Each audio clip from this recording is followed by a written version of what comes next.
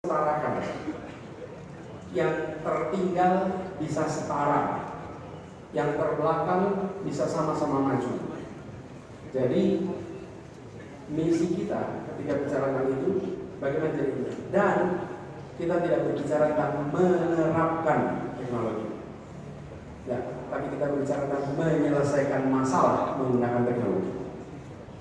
Sehingga bukan semata-mata menerapkan, tapi menyelesaikan masalah. Kadang-kadang kita sudah belajar ilmunya, karena kita belajar ilmunya, kita ingin terapkan ilmu kita.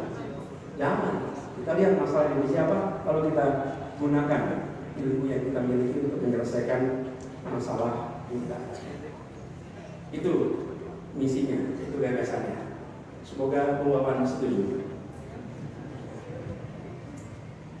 Yang kedua, Bilal, apa yang Anda katakan tadi itu benar. Indonesia sedang membutuhkan lebih banyak orang-orang yang amanah. Kita lebih banyak orang-orang amanah. Itu betul sekali, kita butuh itu.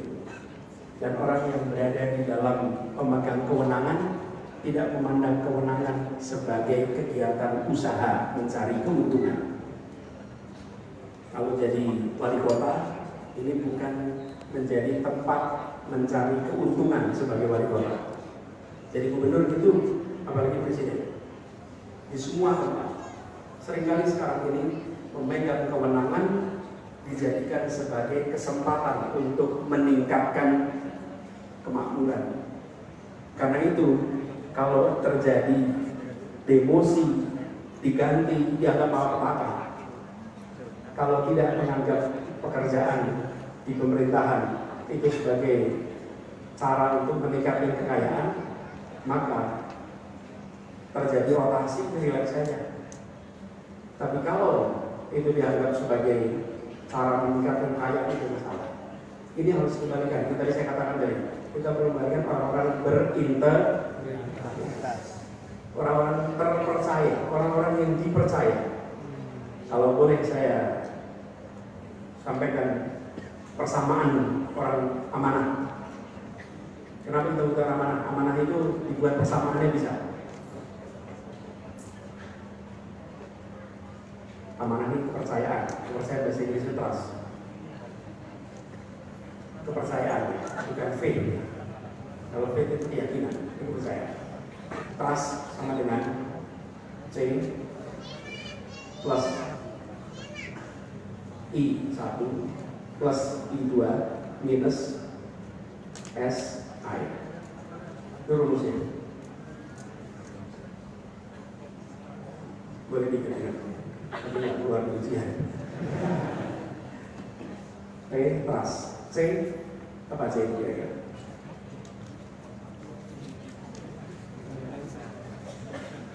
Competence.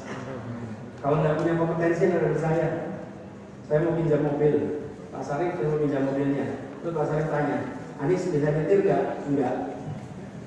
Kira-kira dipinjemin mobil nggak? Kompetens. Nomor 2, I1, integritas.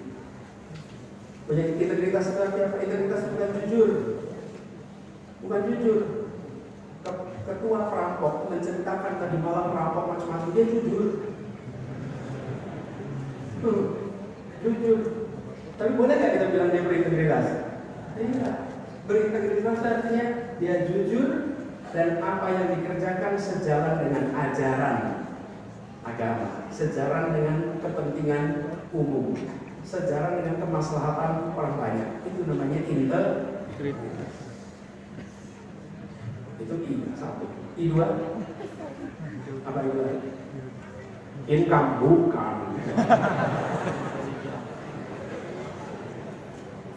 Intimacy, kedekatan,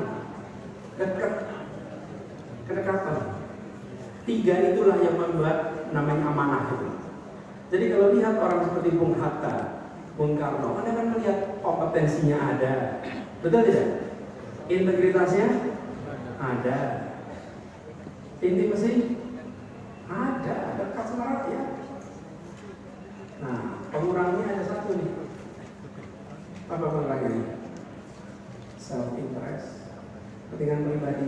Hari ini Bung Hilal, yang kegedean itu namanya SI. SI-nya kegedean. Karena itu skor trustnya rendah. Kompetensinya tinggi. Tadi disebutkan kompetensi tinggi. Integritasnya rendah. Kedekatannya belum tentu. Mungkin kedekatannya artifisial. Self interestnya tinggi. Ya sudah, nilai kepercayaan jangan sebut angka itu lagi.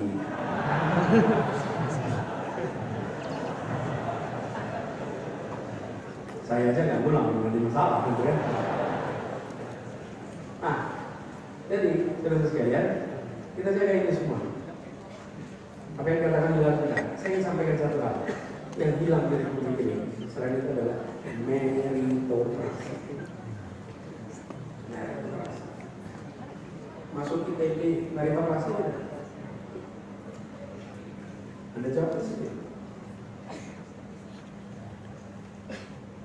Ketika kita menerapkan meritokrasi, itu yang tadi saya sampaikan. Ketika 4 khalifah itu dipilih, meritokrasi musyawarahnya. Ketika Abu Bakar As-Siddiq radhiyallahu anhu dipilih, itu berdasarkan surah. Sayyidina Umar, Sayyidina Utsman, Sayyidina Ali, itu meritokrasi, rapat, diskusi, dicari yang terbaik dan terbaik. Bahkan ketika Sayyidina Umar menjelang wafat, dia mengatakan jangan sampai anak saya ikut di dalam salah satu calon pengganti saya. Sayyidina Ali mengatakan jangan sampai anak saya ikut di dalam salah satu pengganti saya.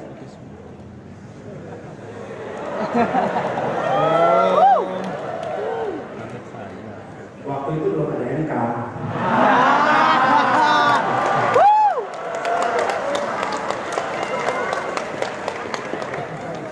Untung belum ada NK. Waktu itu dikatakan jangan sampai anak saya menjadi salah satu.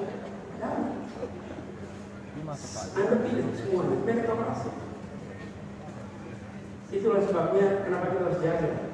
Tapi juga jangan kalau ada yang berprestasi hanya karena dia anaknya lalu dihambat. Kalau dia berprestasi hanya karena dia keponakannya dihambat, jangan juga. Kalau meritokrasi artinya tidak dipandang. Walaupun dia anak, walaupun dia keponakan, kalau baik adalah baik, kalau tidak tidak. Saya pernah dengar cerita rekrutmen di sebuah kementerian luar negeri. Ada salah satu anak pejabat tingginya mendaftar. Salah satu pejabat paling tinggi di kementerian itu, di kementerian luar negeri, mendaftar menjadi diplomat. Dan anaknya, karena ayahnya ada diplomat karir, anaknya bisa lebih dari 2 bahasa, daftar dan tidak lolos. Dan ketika tidak lolos, semuanya bangga. Bukan bangga karena dia nggak lolos, bangga karena ada sistem merito. Ya, ujian lagi tahun berikutnya, ujian lagi waktu berikutnya. Itu menunjukkan bahwa nggak ada hengki-pengki. Republik ini akan maju kalau itu. Meritokrasi. Tadi saya katakan, untuk masyarakat kebebasan berbicara, kesetaraan diperlukan, untuk pengelolaan diperlukan meritokrasi. Karena meritokrasi itulah yang membuat kita jadi percaya. Ada kompetensi, ada integritas, ada ketepatan. Zahwa. Pertanyaan Zahwa ini, bagaimana Pak menghadapi situasi yang banyak ketidakjujuran, apalagi kalau masuk dalam sistem. Dan di situ kita akan sering menghadapi masalah. Apa ya kita mau di luar sistem semua?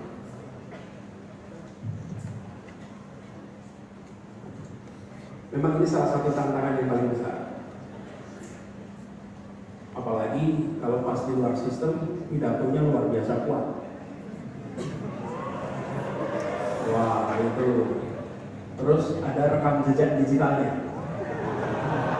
Waduh, pas menjabat itu ditagih semua itu nanti. Tapi itulah baiknya era sekarang. Apa yang dikatakan saat di luar sistem, terus ada dalam memori publik, dan dimintai pertanggungjawabannya kita berada dalam sistem. Ini bagian dari kemajuan yang kita syukuri. Kita syukuri.